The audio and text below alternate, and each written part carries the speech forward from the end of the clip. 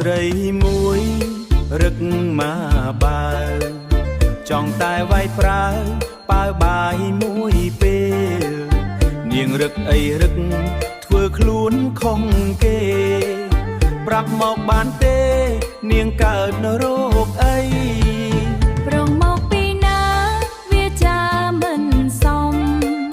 ឃើញគេក្រមុំបន្លំចង់ចាយ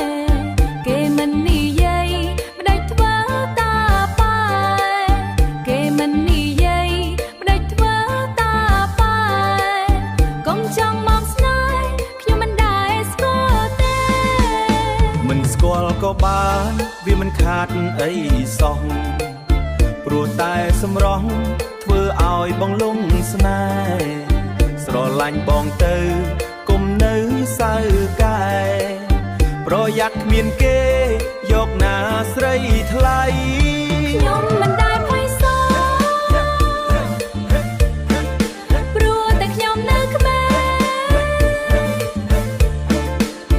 កុំចង់លលេងខ្ញុំមិនស្នេហ៍បងទេ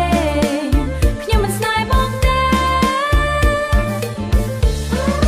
និយាយត្រង់ត្រង់និយាយត្រង់ត្រង់ព្រោះបងតប៉ែបងតប៉ែខ្ញុំមិនព្រមស្នេហ៍បងរកគេទៅអើយអូនណាយសូមបងសាកម្ដងអត់ទេបងកុំមករំខានបងស្រឡាញ់ពិតមិន